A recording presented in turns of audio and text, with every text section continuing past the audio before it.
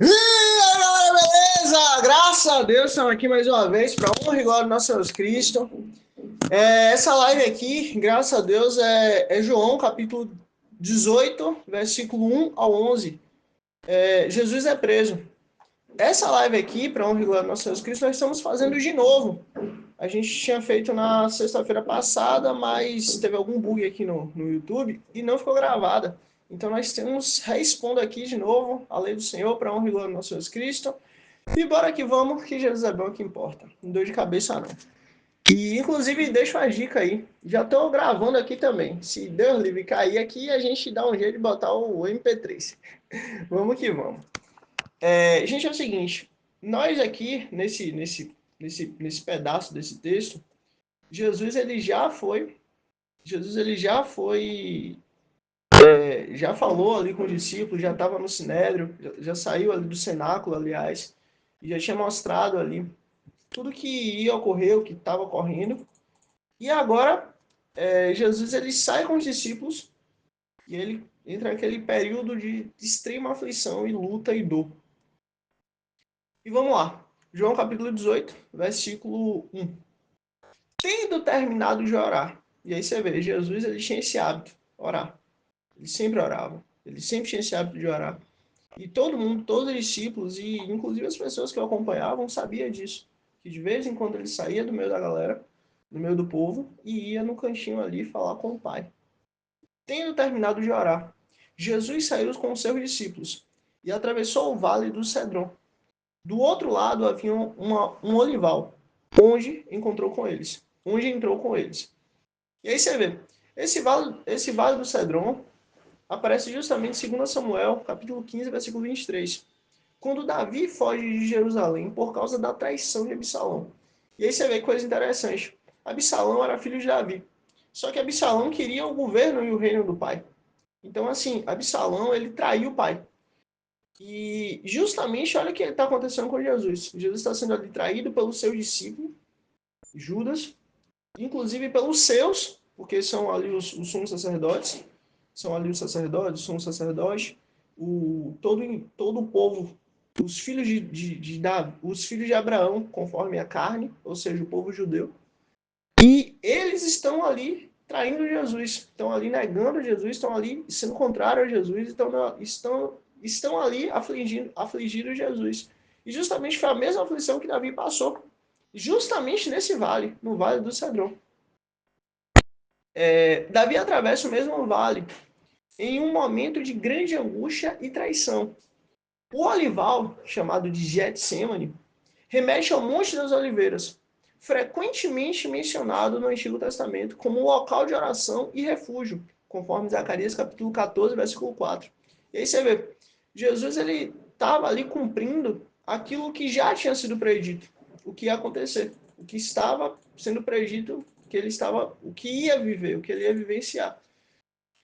Assim como Davi foi traído e atravessou o Cedron, Jesus, o filho de Davi, também atravessa o Cedron, em um momento de traição, mostrando-se o cumprimento do padrão messiânico, de sofrimento e de rejeição.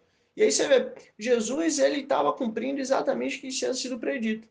Jesus ele não veio para poder fazer uma nova lei, ele não veio para poder fazer uma nova profecia, ele não veio para poder trazer um novo entendimento de Deus, não. Jesus veio cumprir a lei, veio cumprir os profetas, veio cumprir aquilo que Deus tinha predito.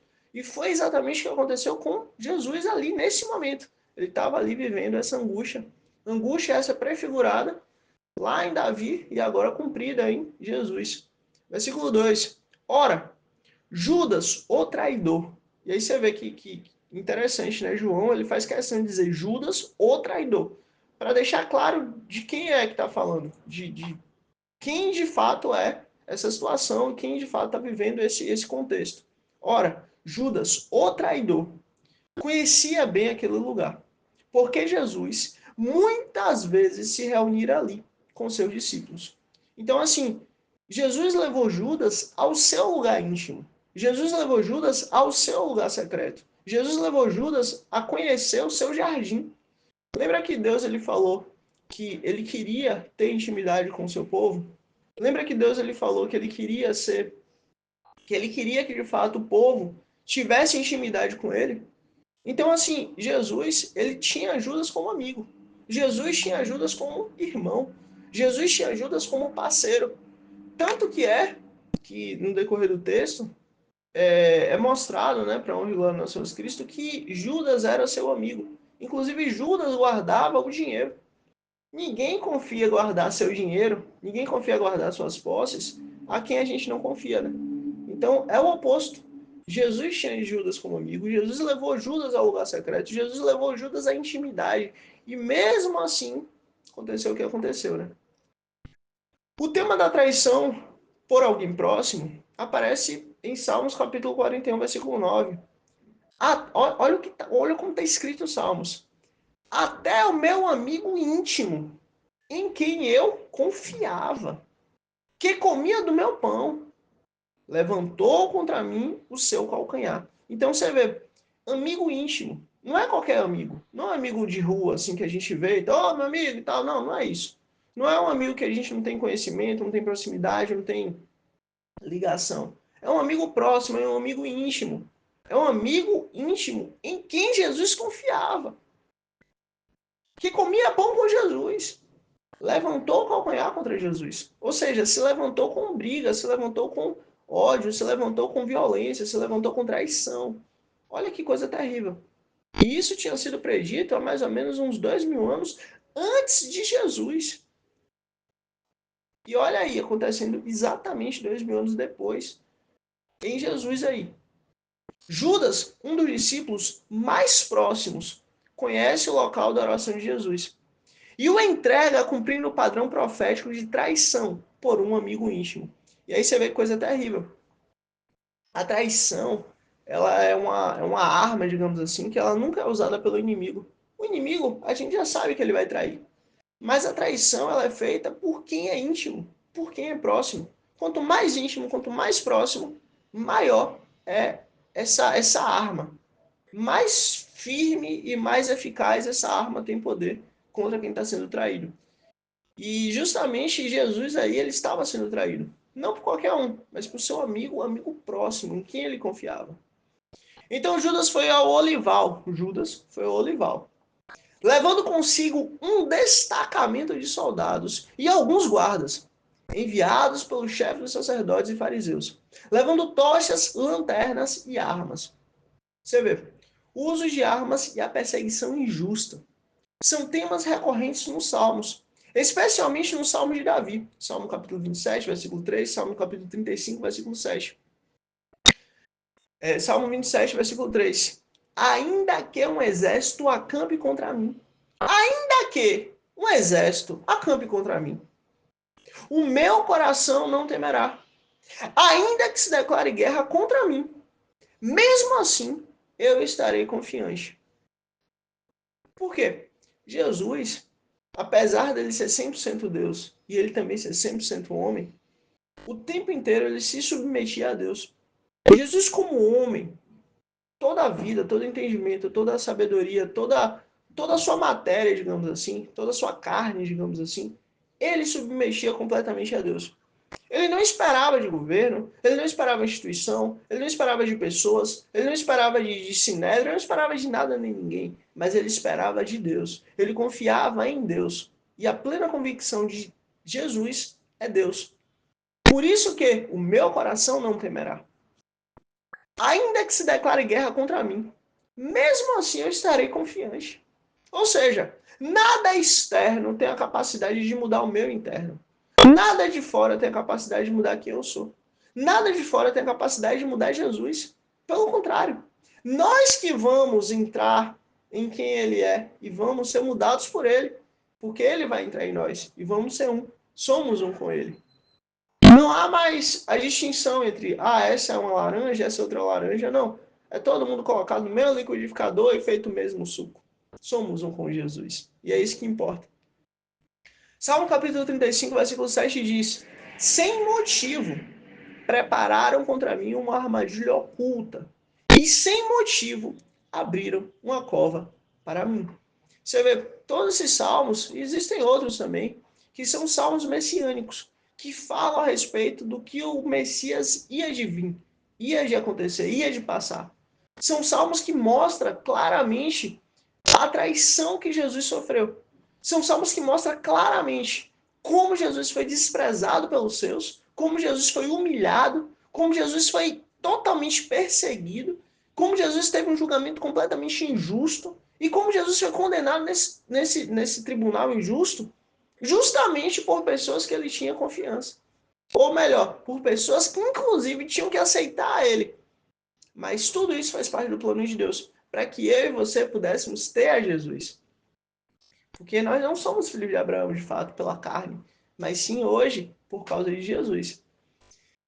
Jesus, o justo, Jesus, o santo, Jesus, o rei, é cercado por uma multidão armada, assim como os salmistas clamavam por livramento, dos que vinham com armas para destruí-lo, sem causa. Sem causa. Esse é o sem causa. Jesus não era errado, Jesus não era alguém que estava ali vivendo, fazendo o mal. Jesus não era alguém negativo, pelo contrário. Tudo que Jesus fez foi bem. Tudo que Jesus fez foi certo. Tudo que Jesus fez foi positivo. E aí, justamente, o salmista é muito claro em dizer: sem causa me perseguem. Olha Jesus aqui, sem causa sendo perseguido. Versículo 4: Jesus, sabendo tudo que ia lhe acontecer, saiu e perguntou: a quem vocês estão procurando? Você vê, ele é Deus. Ele sabendo de tudo que ia acontecer. Ainda assim ele saiu e perguntou: a quem vocês estão procurando? Em Isaías capítulo 53, versículo 7 diz: ele foi oprimido e afligido, mas não abriu a sua boca. Como um cordeiro foi levado ao matadouro, Jesus se apresenta voluntariamente, cumprindo o papel de servo sofredor. Você vê, Jesus ele podia muito bem não ter ido. Jesus ele podia muito bem não ter se voluntariado por nós. Jesus ele podia muito bem ter, mande um anjo aí e resolve essa situação. Mas Jesus fez questão dele ir, dele se dar, dele se entregar. Por mim e por você. Jesus não foge, mas se entrega, mostrando que a sua morte é voluntária e consciente. Você vê, não é uma morte qualquer, é uma morte que ele sabe que está vivendo aquilo e ele tem a consciência do que ele está vivendo. Como servo sofredor de Isaías. Ou seja, ele entende do que ele está fazendo. Ele entende a importância do que ele está cumprindo. Ele entende a importância da missão dele e ele cumpre porque ele quer. 5, versículo 5. Ah, Jesus de Nazaré, responderam eles, os guardas. E Judas, o traidor, estava no meio deles. Aí Jesus responde: eu sou. Jesus responde: eu sou. Remete ao nome do Senhor revelado a Moisés, em Êxodo. Êxodo capítulo 3, versículo 14. Eu sou o que sou. Esse é o nome de Deus. Jesus se identifica como o próprio Deus, mostrando a sua divindade e o cumprimento da revelação da antiga aliança. Você vê, Jesus, ele era o único, ele foi o único que ele, de fato, teve a capacidade de falar eu sou e não ser consumido pela glória de Deus. Ele foi o único de poder falar eu sou, que é o nome de Deus, e literalmente o fogo do céu não caiu sobre ele. Porque eu sou é o nome de Deus. E justamente Jesus, ele atribuía a ele esse título. Eu sou. Porque eu sou um com Deus. Quando Jesus disse, eu sou, eles recuaram e caíram por terra. Eles caíram, pum, caíram no chão. Diversas vezes a presença de Deus faz com que as pessoas caiam por terra. E de fato existem diversos versículos. Entre eles a gente pegou aqui 2, graças a Deus. Ezequiel capítulo 1, versículo 28 e Daniel capítulo 10, versículo 9. Ezequiel capítulo 1, 21, versículo 28. Como o aspecto do arco que aparece na nuvem no dia de chuva. Assim era o esplendor, assim era o resplendor ao seu redor. Este era o aspecto da semelhança da glória de Deus. E vendo isso, eu caí sobre o meu rosto e ouvi a voz a quem falava. Esse Ezequiel, servo de Deus, vendo a glória de Deus, ali na margem do rio Quebar. Quando ele viu a glória de Deus, ele caiu por terra. Daniel, capítulo 10, versículo 9. Contudo, ouvi a voz das suas palavras, e ouvindo o som das palavras, eu caí sobre o meu rosto, num profundo sono, com meu rosto em terra. Literalmente, quando Deus ele falou com ele, ele viu a Deus, ele olhou e viu ali a imagem, né, do trono de Deus ali. E ali ele caiu por terra. Assim como o próprio Isaías, quando no ano da morte do rei Uzias, eu vi ao Senhor assentado em um alto e sublime trono, e a sua glória, a sua glória ia até o templo. E justamente quando ele viu, ele caiu, ele caiu no chão, ele falou: "Ai, meu Deus, eu habito no meio de um povo impuro, que tem um impuro lábio. Eu vou morrer porque eu vi a Deus." Então, esse padrão das pessoas verem a Deus e caírem no chão, de rosto no chão, era normal. E justamente quando Jesus fala "eu sou", isso aconteceu. Em Êxodo capítulo 20, versículo 19, no caso, é aquele período onde Moisés estava no meio do deserto com o povo, essa parte aqui. Disseram a Moisés: "Fala você, e nós te ouviremos.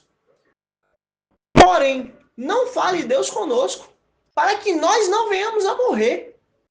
Ou seja, Moisés, vá ao nosso lugar, porque senão a gente vai morrer. Vai lá na nossa frente, que senão a gente já morreu. A gente não está nem conseguindo olhar para o monte. Por quê? Porque o monte pega fogo, o monte sacode, o monte tem nuvens e raios e trovões. A terra inteira sacode. Nós estamos com medo. A gente não vai subir.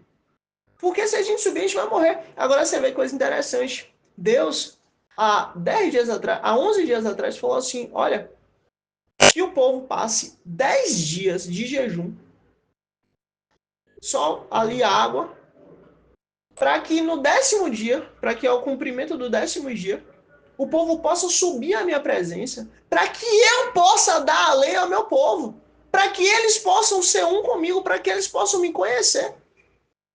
Ou seja, Deus preparou, Deus fez um convite ao povo. Deus falou assim: olha, depois de 10 dias eu vou esperar vocês aqui no cume do monte, para que nós venhamos a vocês estarem comigo. E quando chega no dia, as pessoas: olha, Moisés, a gente não consegue não, vá lá em nosso lugar, porque se a gente subir, a gente morre.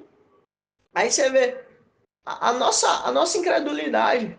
Deus faz um convite para a gente, mas ao invés da gente crer no convite que ele fez, e ao invés da gente crer que ele, ainda que a gente morra, ele vai nos dar vida, não, a gente fala: vai, Moisés, em nosso lugar. Não.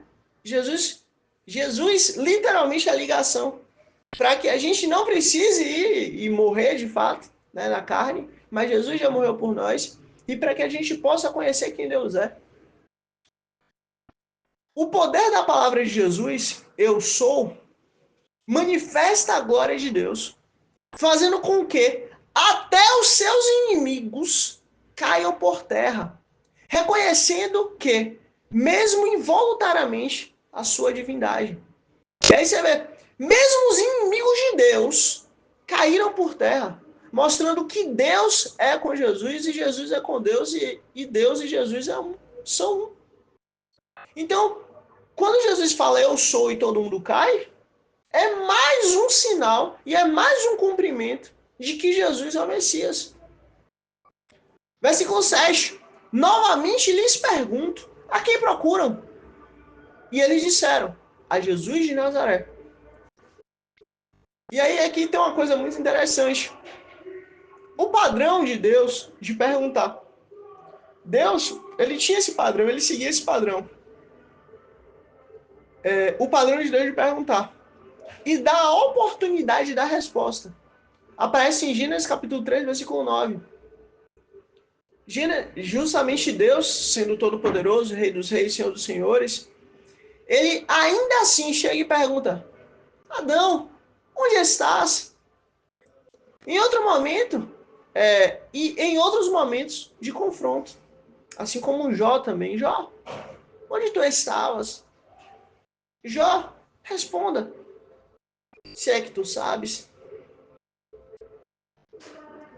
Jó, mostre. Continue mostrando isso.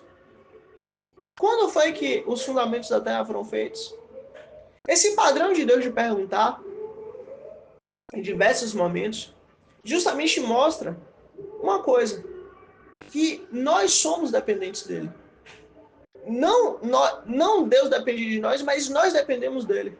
Nós somos criatura e dependemos dele como criador. E justamente Jesus, ele volta com esse padrão. Quem procuram?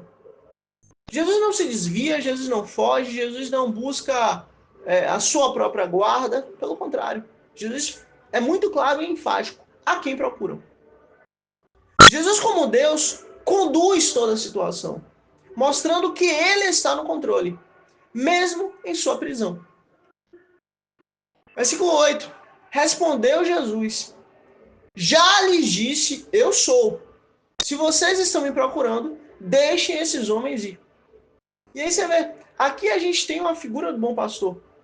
O bom pastor é aquele que dá a sua vida pelas ovelhas. O bom pastor é aquele que protege as ovelhas. O bom pastor é aquele que se dá pelas ovelhas.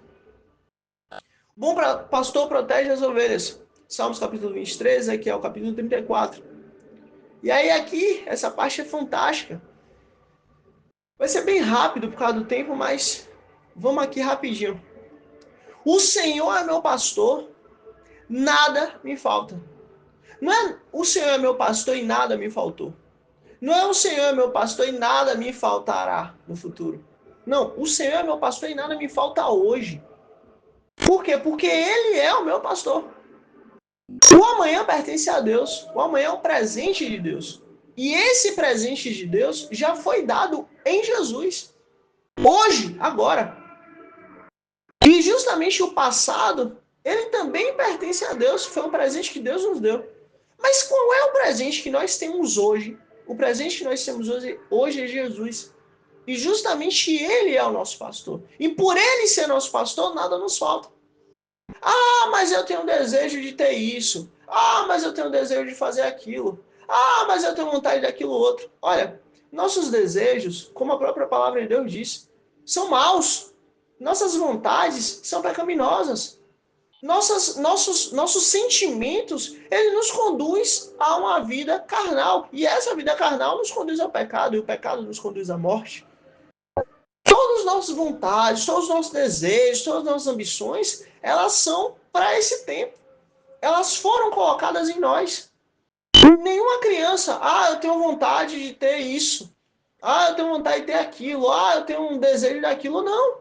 Aquilo é porque ela viu uma outra criança com aquilo. Aquilo é porque alguém falou dela para aquilo. Aquilo é porque foi semeado nela aquela vontade, aquele desejo. Mas vou dar um exemplo. Você tem a vontade de ter um sapato de neve para poder andar em cima de um trenó, em dia que o gelo esteja totalmente, a neve esteja totalmente congelada? Talvez você nem conheça. Talvez você nem saiba que existe esse sapato. Só estou dando um exemplo, pelo amor de Deus. Mas a questão é, tudo aquilo que a gente tem vontade, tem desejo, muito provavelmente ele vem desse mundo. Muito provavelmente ele vem da nossa carne. Muito provavelmente ele vem desse sistema chamado Babilônia, que é feito para poder escravizar a humanidade, que é feito para poder escravizar o homem. Então toma muito cuidado com seus desejos, com suas vontades, com suas ambições. Agora, uma coisa eu te garanto. Eu garanto para você em nome de Jesus. Se o Senhor é o seu pastor, nada te falta. Por quê? Porque ele cuida de você, ele guarda você, ele zela você, ele sabe exatamente aquilo que você precisa. Ele sabe exatamente o que você necessita.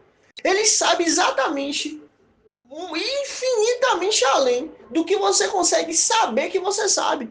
Ou melhor, do que você consegue saber que você precisa. Você sabe se você precisa, por exemplo, que o seu dedinho do pé, ele sinta o frio? Talvez você nem saiba disso. Você sabe que você precisa que que sua unha precisa crescer para que seu osso não machuque. Você não sabe nem disso. Você sabe que você precisa que seu estômago produza líquido para poder fazer com que o alimento ele venha sair. Você nem sabe disso. Mas ele sabe, ele não deixa faltar. Ele sabe, ele cuida. Ele sabe e ele faz literalmente o cuidado de você todos os dias. Então, o Senhor é o meu pastor e nada me falta. E, voltando, se ele é meu pastor e nada me falta, se tem algo faltando, falta por quê? Pela minha vontade, pelo meu desejo, algo nesse sentido. Mas ele é meu pastor e não deixa faltar nada. Nada me falta, porque é ele quem cuida de mim. Em verdade, em verdes passos me faz repousar e me conduz a águas tranquilas. Olha que coisa linda. A ovelha é o bicho mais besta que tem. A ovelha não consegue sentir cheiro. A ovelha não tem dente, não tem garra. A ovelha não tem velocidade. A ovelha não tem chifre, apesar de ter algumas que tem um pouco de chifre, mas geralmente não tem. Que aí no caso é o bode, né? Mas não tem. A ovelha tem. A ovelha não tem nada para se proteger, nem um rabo forte para poder bater tem. Então, assim, a ovelha, ela precisa 100% do pastor. Inclusive, isso é provado cientificamente. Se a ovelha ficar sem um pastor para poder tirar a sua lã, a ovelha vai morrer. Porque ela não vai conseguir abaixar a cabeça para poder beber água. Ela não vai conseguir abaixar a cabeça para poder a pastagem. Então a ovelha precisa do pastor. Se não fosse o pastor cuidando da ovelha, hoje não iria existir ovelha. Inclusive, tem vários casos e relatos de ovelhas que se perdem e quando vai encontrar está morta. E não foi nenhum animal que foi lá e devorou. Mas foi porque a sua lã cresceu tanto ao ponto delas não conseguirem beber água, ao ponto delas não conseguirem se alimentar. E justamente isso prova que Deus criou toda a humanidade, Deus criou todos os animais e Deus criou Adão para poder cuidar dos animais. E tá aí mais uma prova. Deus fez esse mundo perfeito. Colocou Adão para poder administrar, cuidar, zelar, proteger. E Adão, por causa do pecado, fez com que tudo se perdesse, né? Tudo fosse, de certa maneira, destruído. Mas aí que tá. O Senhor é o meu pastor. E ele me leva a verdes pastagens. Ou seja, a lugares gostosos, a lugares saborosos, a lugares bons, a lugares tranquilos. E me conduz a águas mansas, a águas tranquilas. A ovelha, ela é tão assim que ela, enfim, se ela vê o reflexo dela na água, ela literalmente ela tem medo e não bebe. Então, de duas uma, ou ela vai beber porque as outras ovelhas também estão bebendo junto ao pastor, o pastor está ali pertinho delas e está dando água, e as ovelhas estão bebendo porque estão vendo outras ovelhas bebendo. Ou então, se o pastor pegar, colocar na mão e der para a ovelha. Porque a ovelha indo lá no rio sozinha, ela não vai, ela não bebe, ela não tem coragem, ela tem medo. E aí que tá, o Senhor é meu pastor, nada me falta. Me leva a verdes passos, ou seja, lugar tranquilo, lugar seguro, lugar em paz. E me conduz a águas mansas, a águas tranquilas, a águas suaves. Que coisa linda! Restaura meu vigor. Gente, é Deus quem cuida de nós, é Deus quem nos faz deitar e dormir, descansar. Guia-me nas veredas da justiça. Deus é o nosso juiz. É Deus quem nos julga. É Deus quem faz a justiça por nós. É Deus quem promove a justiça por nós. E justamente ele faz tudo isso por amor do seu nome. O Senhor é um bom pastor, não é por amor de mim só, porque ele tem amor por mim. O Senhor me leva a lugares tranquilos em paz, não é só por causa de mim, mas também por causa de mim.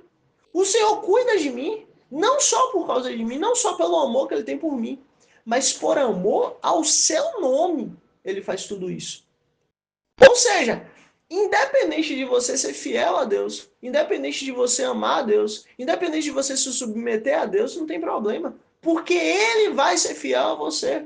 Ele vai ser justo para você. Ele vai cuidar de você. Ele vai zelar da sua vida, independente de quem você é. Versículo 4. Mesmo quando eu andar pelo vale da sombra e da morte, porque isso vai acontecer. Ninguém está sujeito a viver essa vida sem o vale da sombra da morte. Pelo contrário, Jesus garantiu, no mundo tereis aflição, mas tem de bom ânimo, porque eu venci. Então, ainda que eu ande pelo vale da sombra da morte, eu não vou temer mal algum. Sabe por quê?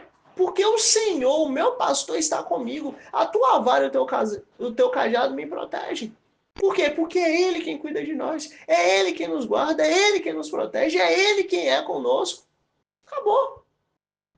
Jesus protege os seus discípulos, cumprindo o papel do bom pastor, que dá a sua vida pelas ovelhas e não permite que nenhuma delas se perca. Olha aí, Jesus sendo preso, Jesus nesse ambiente, Jesus nesse contexto, ainda assim, ele literalmente cuida dos discípulos. Olha, vocês estão procurando a mim, deixe esses homens irem.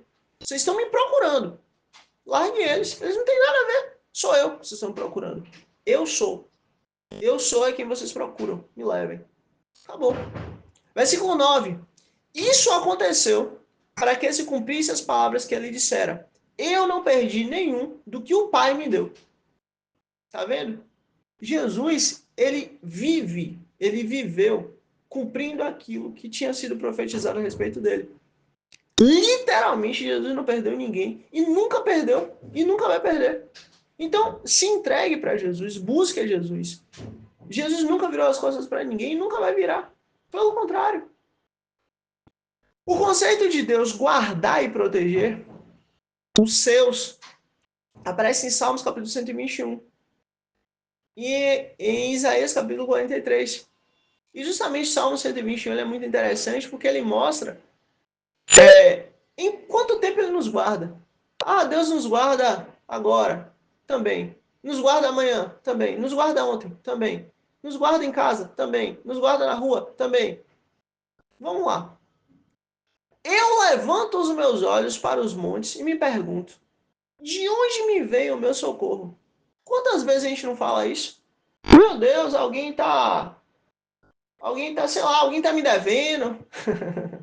Alguém tá falando mal de mim, alguém tá fazendo isso e tal. Sei lá, tanta situação que a gente vive. De onde vem o meu socorro? Eu levanto os meus olhos para os montes e pergunto, de onde vem o meu socorro? E aí justamente o salmista continua. O meu socorro vem do Senhor, vem do Todo-Poderoso, vem do Rei, vem do Criador, que fez os céus e a terra. Olha que coisa linda. Olha para o céu. Vê se você consegue pegar o céu. O homem, quando consegue, entre aspas, tentar pegar o céu, fica aí o quê? Alguns minutos dentro de um avião, dentro de algo nesse sentido. Mas não consegue. Quem é que consegue pegar o céu? Hã? O meu socorro vem do Senhor, que fez os céus e a terra. Quantas pessoas conseguem, por mais que o homem tente, por mais que o homem lute, por mais que o homem faça alguma coisa para tentar pegar a terra, dominar toda a terra, jamais vai conseguir. Por quê? Porque foi Deus que fez os céus e a terra. E Deus cuida. Acabou. Ele não permitirá que você tropece. O seu protetor se manterá alerta. Não dorme, não cochila, não se perde o seu guarda, o seu protetor. Pelo contrário, ele não permitirá que você tropece. O seu protetor se manterá sempre alerta. Sim, o protetor de Israel não dormirá. Ele está sempre alerta. O Senhor é o seu protetor. Como sombra que te protege, ele está à sua direita. De dia o sol não te ferirá, nem a lua de noite. O Senhor protegerá de todo mal. O protegerá de todo mal. Protegerá a sua vida. O Senhor protegerá a sua entrada e a sua chegada, desde agora e para todo sempre. Essa é a promessa de Deus para mim, essa é a promessa de Deus para você. E foi exatamente o que Jesus estava fazendo. Jesus já havia dito isso em João 6,39 e em João 17,12. Mas a ideia é fundamentada no cuidado protetor de Deus no Antigo Testamento. Você vê, Jesus já deixou claro, eu que cuido de vocês, eu que guardo vocês, eu que zelo vocês, eu que sou com vocês, eu sou o seu bom pastor. E eu vou cuidar de vocês até o fim. Foi o que Jesus estava fazendo, cuidando dos discípulos. Jesus cumpre a promessa de que nenhum dos seus se perderia, mostrando-se o verdadeiro pastor e cumpridor das promessas que o Senhor fez. Versículo 10, e vamos correr por causa do horário. Simão Pedro, que trazia uma espada, tirou e machucou o servo do sumo sacerdote, tirando, né, de alguma forma, derrubando, digamos assim, a orelha do servo, chamado Malco. Eu tenho que usar algumas palavras assim para não dar problema, né? Mas assim, vocês entenderam o contexto. João, ele tinha uma espada e ele usou essa espada para poder fazer algo mal para o servo do sumo sacerdote. O uso da espada de Pedro mostra uma tentativa de defesa física, mas Jesus logo repreende essa ação, indicando que o reino de Deus não é defendido por violência, indicando que o reino de Deus não é defendido pelo sangue derramado por outras pessoas. O sangue que Jesus derramou, acabou. Não há necessidade de derramar outro, mas Jesus já derramou por nós. Jesus te amou e acabou. Ele derramou sangue por você, para que você não precise derramar sangue pelo outro, ou por você, ou por sua família. Acabou. Jesus derramou sangue por você. A orelha direita, que foi machucada por Pedro, é, é simbolicamente importante, pois a orelha direita está associada ao chamar, ao ouvir, ao obedecer, à escuta do Antigo Testamento. A orelha direita era perfurada em seus servos para simbolizar a obediência. Êxodo capítulo 21 e Deuteronômio capítulo 15. O que acontece? Vamos tentar falar aqui para não dar problema. O servo, Deus instituiu para todo israelita que por 7 anos ia ser sempre feita uma contagem. A cada 7 anos ia ser o ano chamado o ano de jubileu, onde todas as dívidas eram perdoadas e onde todo mundo que trabalhava para outra pessoa não tinha mais dívida com essa pessoa. Porque antigamente, se a pessoa devesse para outra pessoa, ela podia se tornar escrava da outra pessoa. Só que essa escravidão não era escravidão eterna, pelo contrário, era até o ano do jubileu. Então, por exemplo, passou 5 anos e o ano do jubileu são 7 anos, faltavam 2 anos a cada 7 anos, faltavam 2 anos para essa pessoa receber o perdão da sua dívida. Então, com 2 anos, essa pessoa era totalmente livre, já não tinha mais dívida nenhuma. Agora, por esse tempo que essa pessoa trabalhou para outra pessoa como servo, era obrigação do senhor, era obrigação do chefe, digamos assim, da comida, da roupa, da segurança, da água, da proteção. Era obrigação do senhor daquela pessoa, do chefe daquela pessoa, suprir de todas as formas daquela pessoa. Não é porque a pessoa é serva que ela vai ser desprezada, pelo contrário.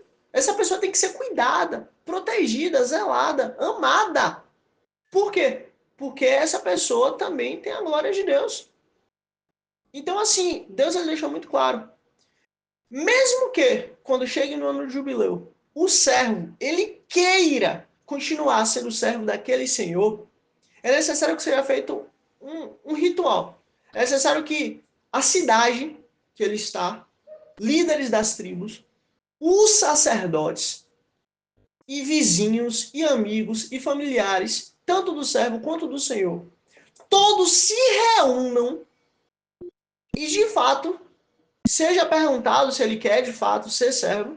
E só assim, se de fato o servo de fato quer ser servo daquele senhor, e o servo deixando claro isso para todos, de forma unânime, aí sim esse servo, ele vai furar a sua orelha, o próprio servo, colocar um brinco em sua orelha direita, mostrando que ele está submisso àquele senhor por toda a vida. E, literalmente, ele é um servo que ele escolheu aquela posição de servo. Ele escolheu se submeter como servo. Ele escolheu entregar sua liberdade àquele senhor. Então, justamente quando Malco, quando Pedro tira a orelha de Malco, Literalmente, ele está fazendo isso. Olha, a sua servidão ao sumo sacerdote, a sua servidão às leis, a sua servidão ao sistema mosaico, eu estou tirando, eu estou cortando. Mas Jesus repreende ele. Por quê? Porque não é na base da espada, não é na base da força, não é na base da luta, não é na base do sangue. Jesus derramou o sangue dele por nós. A orelha direita é um sinal de obediência. Ao cortar a orelha direita de Malco, Pedro está simbolicamente silenciando ou impedindo a obediência por parte de Malco, daquele servo ao sumo sacerdote, que representa a autoridade religiosa. Isso pode ser interpretado como um ato simbólico contra a autoridade que está prendendo Jesus. Jesus não quer seguidores por medo. Jesus quer seguidores pelo amor. O que Pedro estava fazendo era causar violência, causar o medo.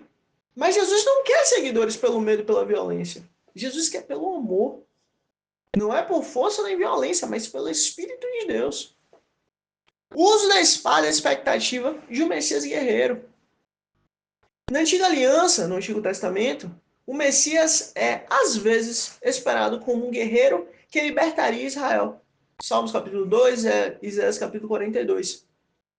Justamente Jesus ele vai vir como Messias guerreiro. Ele vai vir como Messias poderoso. Ele vai vir como Messias que vem e traz o cetro de justiça. Mas como ele deixou muito claro, não agora, não na primeira vinda. Porque a sua primeira vinda é necessário que ele venha como servo sofredor. É necessário que ele venha como servo sofredor para justamente ser perseguido, ser desprezado e ser morto. Por amor daqueles que ele veio. Por isso que é necessário que ele tenha vindo como servo sofredor. Por isso que Isaías deixou muito claro, o Messias vai vir como servo sofredor. Mas ele vai vir na volta dele como o Messias guerreiro. E quando ele vier, ele vai acabar com todo o mal. Ele vai nos levar e acabar com todo o mal. Pedro, ao sacar a espada, pode estar agindo sobre essa expectativa messiânica tradicional. Jesus, porém, redefine essa expectativa, mostrando que o seu reino não é deste mundo. João capítulo 18. O servo Malco e a repreensão de Jesus. Jesus cura! Jesus cura! Jesus cura a orelha de Malco, mostrando misericórdia e cumprimento da lei, do amor e do perdão, que é um desenvolvimento da ética do Antigo Testamento.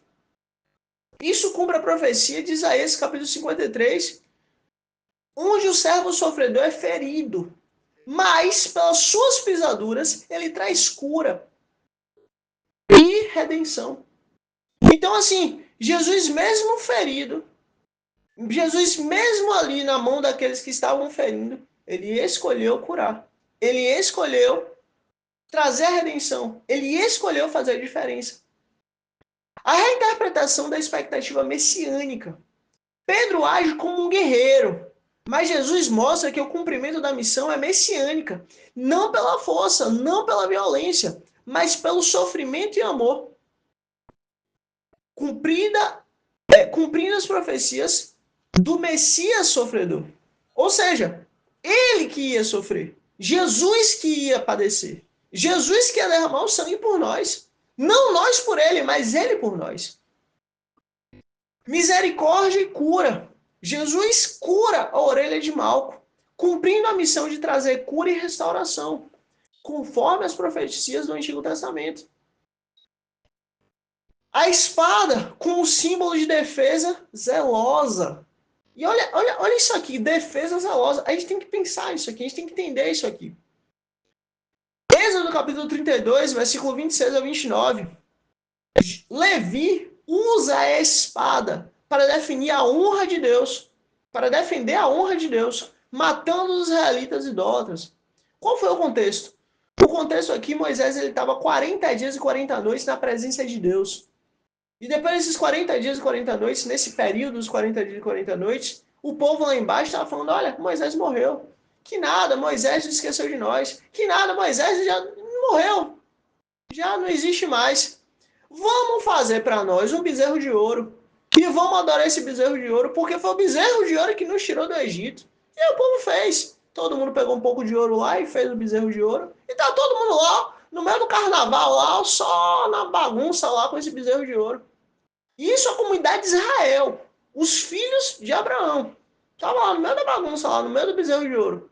Quando de repente Moisés sai do monte e Deus fala assim, olha, o teu povo já se corrompeu. Desce e vai ver. E quando chega lá, Moisés, no ódio, na chateação, na ira, quebra as tábuas escritas pelo próprio Deus de Deus. De tanta chateação que ele ficou.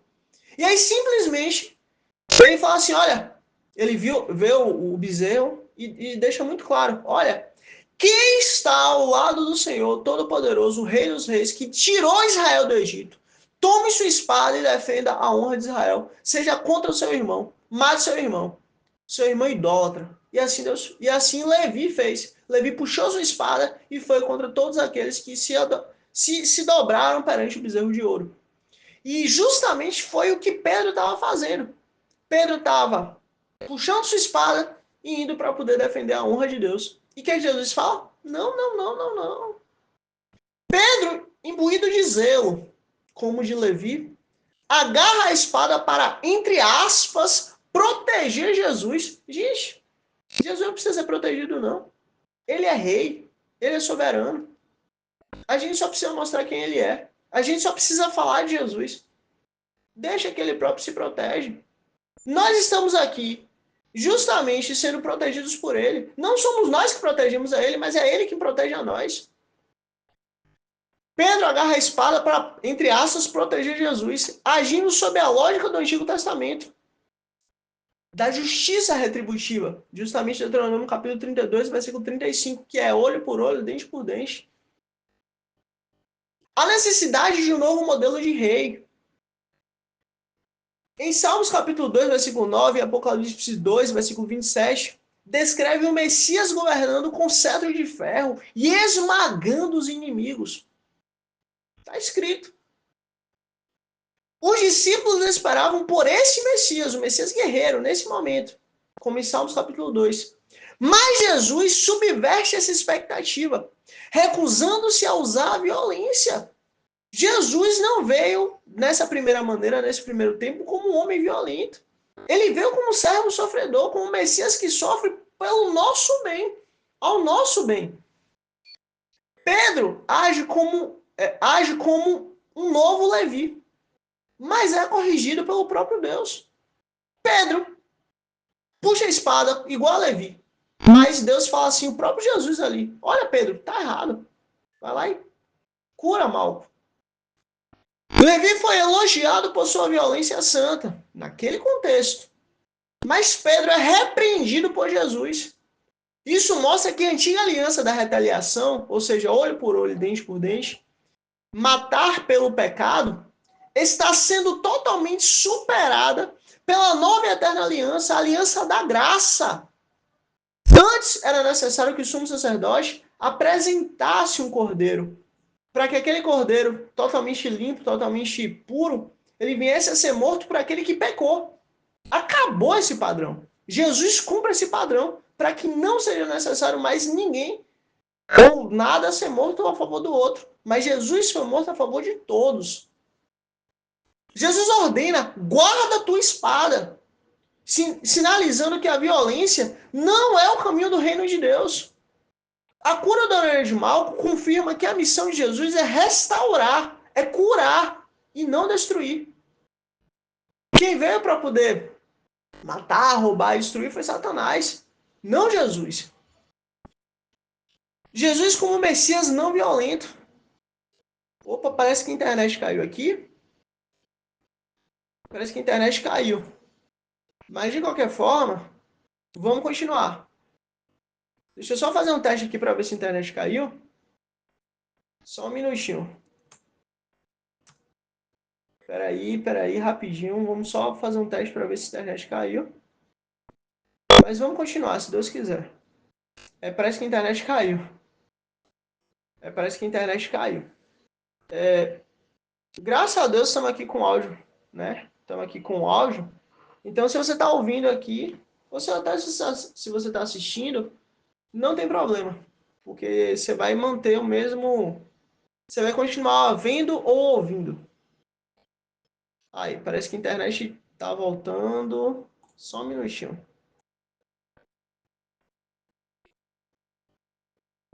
Interessante é que na última live, isso aconteceu também. Quer dizer, eu não sei se exatamente foi a internet que teve um problema ou se foi o sistema aqui. Mas não ficou a live toda. Teve um probleminha. Realmente a internet caiu. Vamos fazer o seguinte, vamos continuar então a partir daqui só com o áudio, certo? Sem dor de cabeça não. Depois a gente faz uma edição aqui e a gente mantém, se Deus quiser. Então, Jesus como um novo Messias não violento.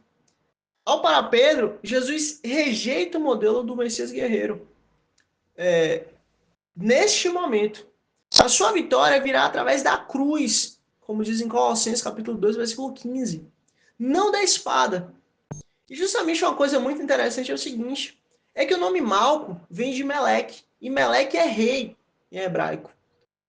E justamente isso é muito irônico porque é o seguinte, o servo do sumo sacerdote, representante do antigo pacto, é curado pelo verdadeiro rei. Ou seja, o antigo rei foi curado pelo novo rei, o novo e eterno rei, Jesus. Opa, será que a internet vai voltar? A transfiguração da aliança de sangue. Será que voltamos? Opa, vamos ver aqui se a internet voltou. Vamos fazer um teste aqui, gente, rapidinho. Não voltou. Parece que a internet ainda não voltou. Mas tudo bem, vamos continuar. A transição da aliança de sangue para a nova e eterna aliança da graça. No Éden, uma espada flamejante bloqueava o acesso até a árvore da vida. No Sinai, o sangue de animais selava a aliança. Selou a aliança. Êxodo capítulo 24. A espada de Pedro tenta proteger Jesus. Mas é Jesus quem diz. Mas é Jesus quem, com seu próprio sangue, abrirá o caminho para a vida eterna. Opa, estamos de volta? Estamos de volta, graças a Deus. Ó, eu vou manter então. Nós tivemos. A internet caiu aqui. Graças a Deus a gente está com áudio. Mas eu vou voltar só um pouquinho para quem estiver assistindo continuar, né? A transição da aliança de sangue para a aliança da graça. No Éden, uma espada flamejante bloqueava o acesso até a árvore da vida. No Sinai, o sangue de animais sela a aliança. Olha que coisa interessante, voltamos só a essa parte. O nome Meleque, o nome Malco, ele deriva da palavra Melec, em hebraico. Que em hebraico, Meleque significa rei. E justamente o interessante disso é, Jesus, o rei dos reis, literalmente é quem está cuidando, ou está curando alguém que tinha o nome de rei. Ou seja, o rei novo curando o rei antigo que estava errado. Porque os reis de Israel falharam. A queda dos reis de Israel. Nenhum rei conseguiu, que naquele tempo, inclusive, o Israel, teoricamente, estava sem rei, porque quem governava era Roma. E justamente Deus está falando, Jesus está mostrando assim, olha, eu estou curando, eu estou trazendo um novo governo. Não pela base da espada, não pela base da violência. Opa! Vamos continuar. A espada de Pedro está tentando proteger Jesus, entre aspas. Mas é Jesus quem, com seu próprio sangue, abrirá o caminho para a nova vida. A orelha decepada e curada simboliza a transformação do velho sistema de violência para a nova criação de reconciliação. Revelar a insuficiência da justiça violenta, como a de Levi. Declarar Jesus como um Messias que vence pelo amor, não pela espada. Instaurar uma nova e eterna aliança, onde a cura Pedro, agindo por zelo, mal direcionado. Por zelo, mal direcionado. A gente tem que ter muito cuidado com isso. Qual está sendo nosso zelo? Às vezes a gente tem muito zelo por algo, mas ele está sendo mal direcionado. A gente tem que apresentar a Jesus. Será que aquilo está certo? Será que aquilo está errado? Tornando-se um espelho do Antigo Testamento. Enquanto Jesus personifica o cumprimento da promessa. Não por força nem por violência, mas pelo Espírito. Vamos correr por causa do horário. Jesus, porém, ordenou a Pedro: guarde a tua espada. Acaso não haverei de beber o cálice que o Pai me deu? E aí você vê, Jesus está deixando muito claro. É ele quem bebeu o cálice por sua noiva, por nós. Nós não vamos beber o cálice da ira de Deus. O cálice como símbolo de sofrimento e juízo. No Antigo Testamento, o cálice frequentemente simbolizava o sofrimento, a ira ou o juízo de Deus. Salmos capítulo 75, versículo 8.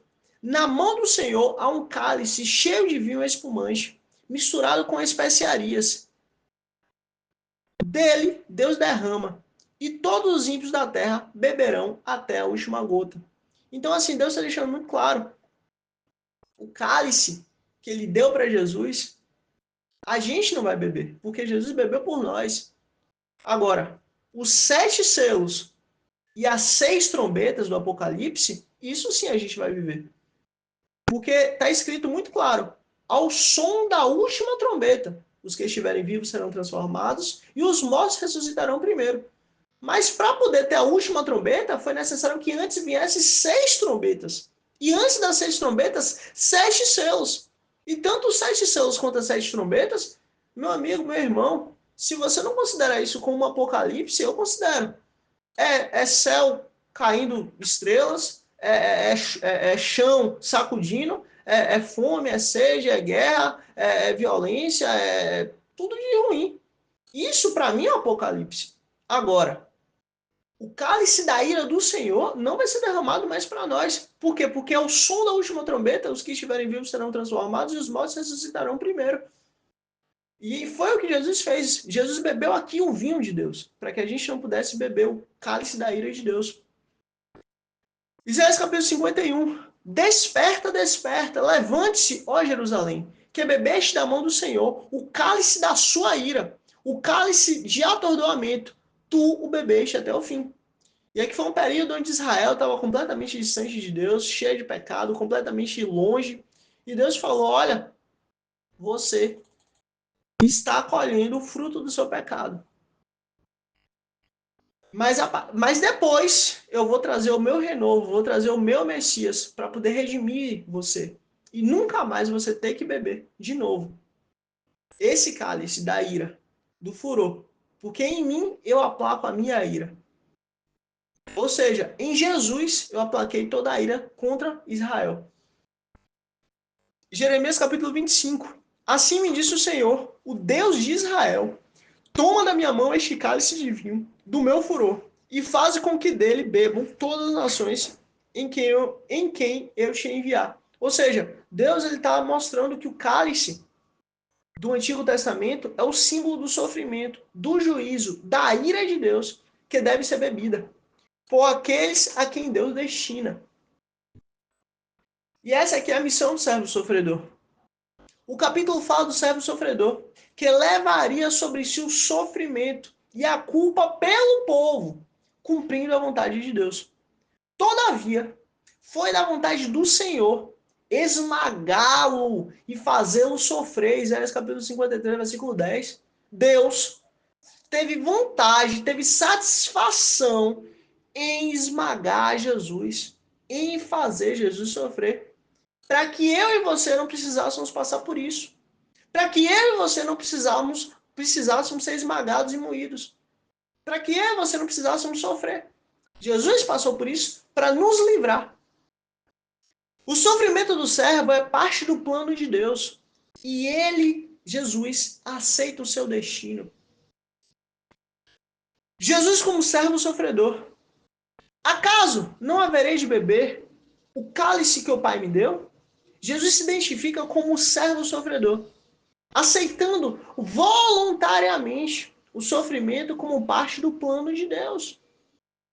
Jesus entende que é o cálice que ele deve beber é o sofrimento e a morte na cruz, onde ele tomaria sobre si o juízo de Deus pelos pecados de toda a humanidade, conforme profetizado. O cálice do Antigo Testamento representa o sofrimento e o juízo de Deus. O servo sofredor aceita esse destino. Jesus, ao aceitar beber o cálice, cumpre as profecias do Antigo Testamento, mostrando-se como servo sofredor, que toma sobre si o juízo completo de Deus, não por força, mas pela obediência, e entrega total à vontade de Deus. E para honra e glória do nosso Jesus Cristo, esse foi hoje João capítulo 18, versículo 1 ao versículo 11. Jesus é preso. A próxima live, se Deus quiser, para honra e glória do nosso Jesus Cristo, vai ser Jesus é levado a Anás, o genro de Caifás, um dos grandes ali da sinagoga. E essa parte é muito interessante porque ali a gente vê claramente todo o julgamento injusto de Jesus. E como Jesus foi completamente humilhado, sendo rei, sendo poderoso, sendo o Senhor, ainda assim ele foi completamente humilhado e desprezado. E teve um julgamento completamente injusto, para que justamente as profecias a respeito dele viessem a ser cumpridas. E é isso. Se você chegou até aqui, por favor, curte aqui para o YouTube entender que é interessante passar o reino dos céus para mais pessoas. Se você quiser acompanhar essa história maravilhosa que mudou toda a humanidade, se inscreve aqui para você receber a notificação. E é isso. Mais uma vez, muito obrigado a todo mundo que entrou, muito obrigado a todo mundo que participou. Deus abençoe grandemente sua vida em nome de Cristo Jesus e até a próxima live, se Deus quiser. Jesus é levado a Anás. João capítulo 18. Let's bora que Deus é bom que importa. Tamo junto em nome de Jesus e é isso. Let's bora que Deus é bom que importa. Mais uma vez, curte aqui para ajudar a chegar em outras pessoas Jesus, o evangelho dele e é isso. Let's bora que Deus é bom que importa em nome de Cristo Jesus.